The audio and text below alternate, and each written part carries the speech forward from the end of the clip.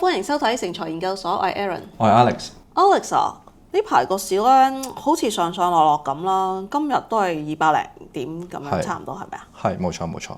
咁啊，其實市場啦，最近都好多嘅唔同嘅噪音啦，我會話。咁啊，可能有啲人又話個仗打唔成嘅，好快停戰。有啲專家又話佢會第三次世界大戰。咁啊，我覺得大家都要客觀啲去分析而家發生緊啲咩事啊，或者用一個客觀啲嘅角度。咁啊，我睇過最近其實有3篇嘢咧，我覺得幾值得同大家分享下。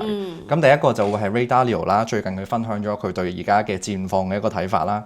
咁啊，第二個咧就會係 UBS 最近出嘅一份 report 啦。第三個就係 JP Morgan 嘅另外一份 report。咁呢3樣嘢咧，我都會極快速簡短咁同大家講一啲嘅重點咁樣。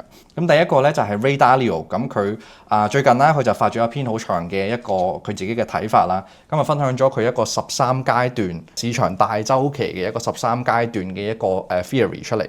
咁啊佢研究咗過去400年嘅一啲嘅歷史啦，咁啊做出咗一啲嘅結論。咁佢又覺得咧，依家其實踏入緊第9階段，咁就係即係話好多地方都有唔同類大大小小嘅戰爭啊，代理人戰爭咁樣。咁嚟緊過2個 step 咧，就會變咗即係叫做依家最主要嘅一啲嘅經濟體嘅直接嘅對抗。咁我諗佢暗示緊嘅就係中美啦咁樣。咁咧 Ray Dalio 咧就話喺呢一個衝突裡面咧。中國咧係會相對上係佔優勢嘅。咁第一樣嘢就係因為佢可以喺伊朗同埋俄羅斯嗰度繼續可以攞到一啲比較平嘅一啲嘅石油啦。咁第二個就係中國其實係有90到120日嘅一個戰略嘅石油儲備喺度。咁變咗你呢個就算霍爾木茲海峽係繼續閂嘅話，其實對中國嗰個影響係冇市場依家想像中咁大嘅咁樣。咁所以佢就認為其實呢個鬥爭如果發展落去嘅話咧。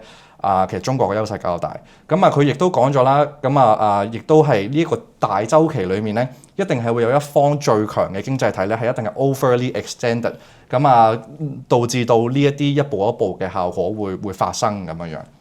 咁當然Ray Dalio 呢個睇法咧就唔係講緊話下個禮拜、下個月嘅一個睇法，佢係一個10年嘅一個大周期嘅一個判斷嚟嘅。我哋都可以擺條 link 喺我哋個 YouTube 個 description， 大家有興趣嘅話都可以立一立。咁第二個咧就係 UBS 嘅一個報告，佢就比較基本面 macro 基本面多啲嘅。咁佢主要有3個點啦，就係第一個點就係中國個 PPI 啦，依家轉正咗啦。咁我哋一路以嚟都係講留意住 PPI 呢個領先指數。如果係佢上翻去正數嘅話，可能過3個月 CPI 啊，大家嘅經濟發展啊，大家都會開始個氣氛會有好轉嘅跡象，咁終於出現啦。咁 UBS 都 point out 咗呢一樣嘢咁樣。咁第二點咧就係我哋嗰個嘅工業利潤咧，其實2026年頭2個月咧同比係增長咗15.22%嘅。咁呢個佢又覺得非常之樂觀啦，基本盤上面。咁第3點咧就會係呢一個嘅出口方面啦。如果用美元去計價嘅話咧，其實我哋係同比頭2個月係增長咗25.幾%。咁呢3點令到UBS 啦就會覺得其實中國嘅基本盤係已經見咗底嘅，升緊。咁依家暫時 AH 股啦，仲係一個超賣嘅狀態啦，有好多股票都係，好多板塊都係啦。咁佢又認為呢個超賣嘅狀態係即將就去到呢個尾聲啦，咁樣。呢個就係 UBS 嘅睇法，呢個就短期啲係12個月嘅一個睇法。咁另外一個咧就係 JP Morgan 都係一個12個月嘅睇法啦。咁佢就覺得咧，依家咧就係應該淨係做好極端嘅一個 barbell， 我哋叫啞鈴策略啦。咁防守性板塊方面咧，佢就建議我哋配置一啲嘅銀行股啦，例如係一啲嘅我哋中國嘅銀行股啦咁樣。咁佢覺得呢邊嘅防守性就比較高，咁有啲資金都會追捧，咁佢都會偏向強勢。咁另外一邊咧就會配置一啲AI related 我哋一路講嘅一啲嘅板塊啦，咁同埋一啲嘅能源呢邊嘅一啲嘅 beta。咁佢又覺得淨係呢2個極端配置，中間嗰橛咧就全部都唔要嘅。咁甚至乎係建議減持添啊。中間嗰橛有啲咩？可能有啲正常嘅科技股，即係冇乜 AI 元素嘅科技股啦。或者係一啲嘅 consumer discretionary 啦，一啲可選性消費啦咁樣。咁呢一啲嘢咧，佢就建議直頭係減倉，淨係揸住2個篤做一個啞鈴策略咁樣。咁即係 conclude 翻啱啱嘅3個有一個好長期嘅睇法啦，覺得中國會喺呢個咁樣嘅角力或者係一個博弈裡面係佔一個相對嘅優勢啦，而喺一個長期裡面可能有機會會代替美國。